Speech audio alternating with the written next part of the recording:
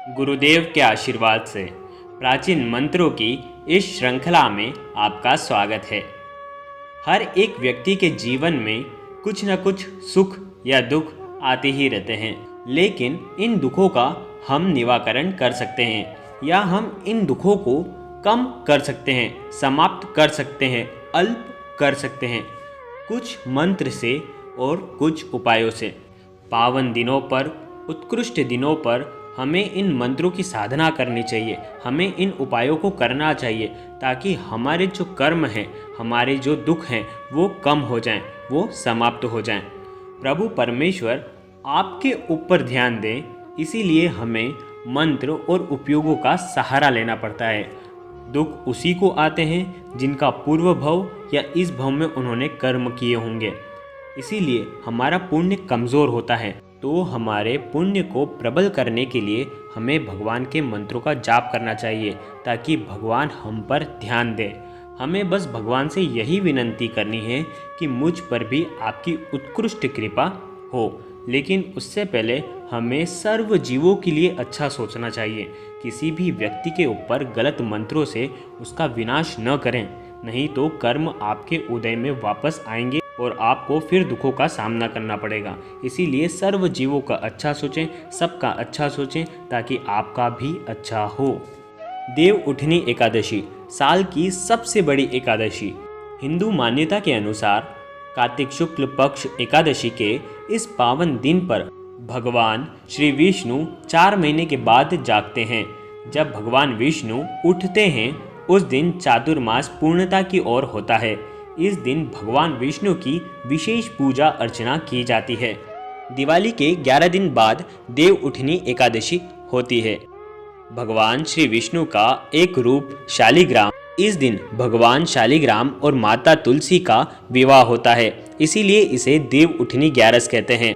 क्षीर सागर में शयन कर रहे हमारे भगवान श्री हरि विष्णु को जगाकर उनसे मांगलिक कार्य की शुरुआत करने की प्रार्थना की जाती है।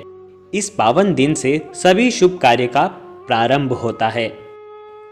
इस पावन दिन पर मंदिरों में, घरों में विशेष भगवान श्री लक्ष्मी नारायण की पूजा अर्चना की जाती है। कहा जाता है माता तुलसी इस पावन दिन पर पृथ्वी से वैकुंठ लोक चली जाती है। यह बहुत ही पावन दिन माना जाता है। इस दिन माता तुलसी की विशेष पूजा अर्चना की जाती है।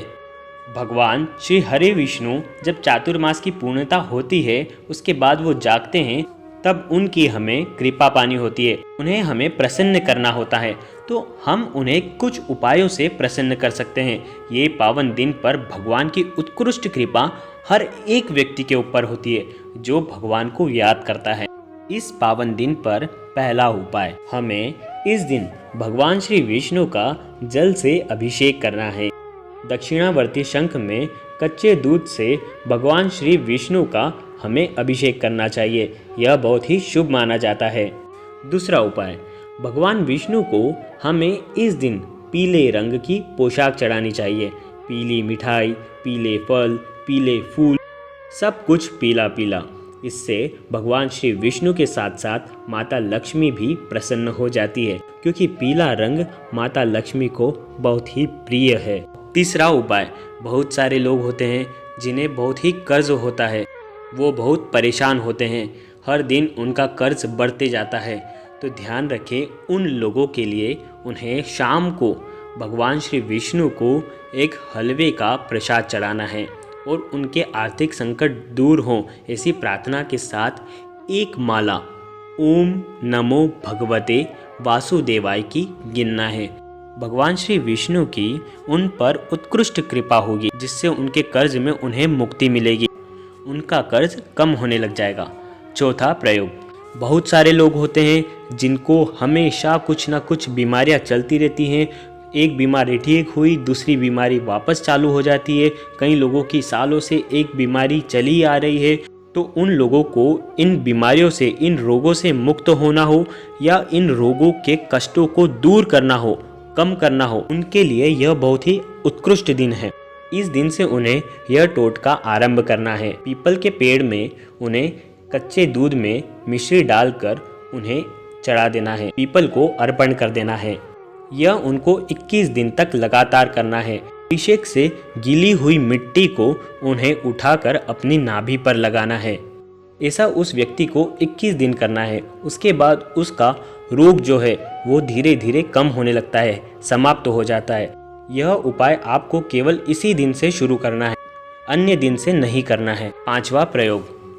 बहुत सारे लोग होते हैं, बहुत टेंशन में होते हैं, जिनका विवाह नहीं होता, जिन्हें कुछ रिश्ते भी नहीं आते हैं, उनका संबंध हो जाता है और उसके बाद छूट जाता है। बार बार उन्हें कई सालों से यह परेशानियां आ रही हैं, उनका विवाह हो ही नहीं रहा है। तो यह बहुत ही पावन दिन है। आपको एक उपाय करना है।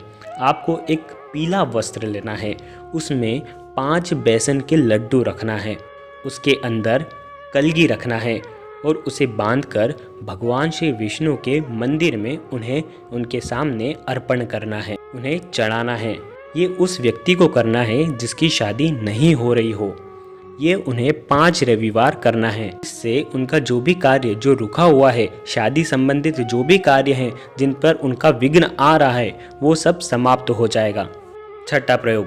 बहुत सारे लोग होते हैं जो पति पत्नी होते हैं, उनमें लड़ाई झगड़े बहुत होते हैं, वो एक दूसरे को समझ नहीं पाते। तो इस दिन उन्हें तुलसी माता और शालिग्राम का विवाह करवाना चाहिए या देखना चाहिए, ताकि उनके आने वाले जीवन में सुख संपदा बनी रहे और उनके जीवन में माता तुलसी और भगवान श्री विष्णु की उत्कृष्ट कृपा बनी रहे।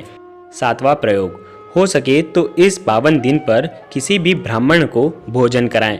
यह बहुत ही पावन माना जाता है, बहुत ही शुभ माना जाता है। 8वां प्रयोग। बहुत सारे लोग होते हैं जिनका व्यापार नहीं चलता, बहुत सारे लोग होते हैं जिन्हें प्रमोशन नहीं मिलता। उन लोगों के लिए उनकी आमदनी बढ़े, इसलिए इस दिन उन्हें 7 कन्याओं को भोजन कराना चाहिए और भोजन में विशेषकर उन्हें खीर देनी चाहिए। अगर आपको नौकरी में बढ़ोतरी चाहिए, व्यापार में बढ़ोतरी चाहिए, तो एक और उपाय आप कर सकते हैं। आपको श्यामा तुलसी की जड़ को पीले वस्त्र में बांधकर अपने व्यापार वाले स्थान पर रखें या तो अपने ऑफिस पर रखें। इससे आपको नौकरी में बढ़ोतरी मिलती है, आपको सफलता मिलती है, जो भी विघ्न आते हैं वो सब समाप्त हो जाते हैं। 10वां प्रयोग। अगर आपके घर में भगवान श्री विष्णु की फोटो हो, तस्वीर हो या तो प्रतिमा हो, तो उन्हें तुलसी के पत्ते चढ़ाएं। ऐसा करने पर भगवान श्री विष्णु आप पर प्रसन्न हो जाएंगे। 11वां प्रयोग। आपको एक लोठिया लेना है। ध्यान रखें, लोठिया तांबे का न हो, या तो वो स्टील का हो या किसी और चीज़ का हो। उस लोठिए में आपको जल भरना है। उसके बाद आपको 1 चम्मच कच्चा दूध उसमें डालना है, उसमें थोड़ी मिश्री डालना है, थोड़ी हल्दी डालना है और आप 2 पीले पुष्प भी इसमें डाल सकते हैं। उसके बाद आपको वह जल तुलसी माता को अर्पण करना है और जल अर्पण करते हुए आपको 11 बार ओम नमो भगवते वासुदेवाय का जाप करना है। ध्यान रखें, ये उपाय आपको सूर्यास्त के पूर्व ही करना है। 12वां प्रयोग। आपको इस दिन, इस पावन दिन पर माता तुलसी को आपको चुनरी चढ़ाना है, उन्हें चुनरी अर्पण करना है। चुनरी अर्पण करने के बाद आपको 11 बार परिक्रमा देनी है। परिक्रमा देते हुए आपको ओम नमो भगवते वासुदेवाय का जाप करना है। ध्यान रखें, यह साल की सबसे बड़ी एकादशी है। भगवान विष्णु के साथ साथ आप पर माता लक्ष्मी की उत्कृष्ट कृपा इस पावन दिन पर होने वाली है। आपको इस पावन दिन पर विशेषकर माता तुलसी को सुबह और शाम को घी का दीपक अर्पण करना है। उस घी के दीपक में आपको थोड़ी हल्दी मिला देनी है ताकि वह घी का दीपक पीला हो जाए। यह दीपक आपको माता तुलसी के लिए अर्पण करना है।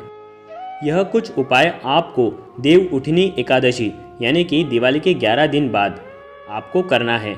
यह बहुत ही शुभ है, बहुत ही उत्कृष्ट है। हर व्यक्ति को अपनी समस्या के अनुसार ये उपाय करना चाहिए ताकि उन्हें दुखों से मुक्ति मिले और भगवान श्री विष्णु और लक्ष्मी जी की उत्कृष्ट कृपा उन पर बरसती रहे। 2020 में 25 नवंबर को एकादशी आ रही है। इस दिन बुधवार है।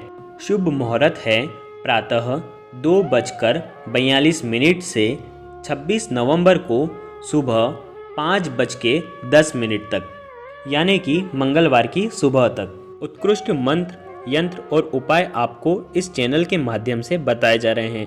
ऐसी ही उत्कृष्ट जानकारी के लिए अपने इस चैनल को लाइक करें, शेयर करें और सब्सक्राइब करें और बेल आइकन को ज़रूर प्रेस करें। धन्यवाद।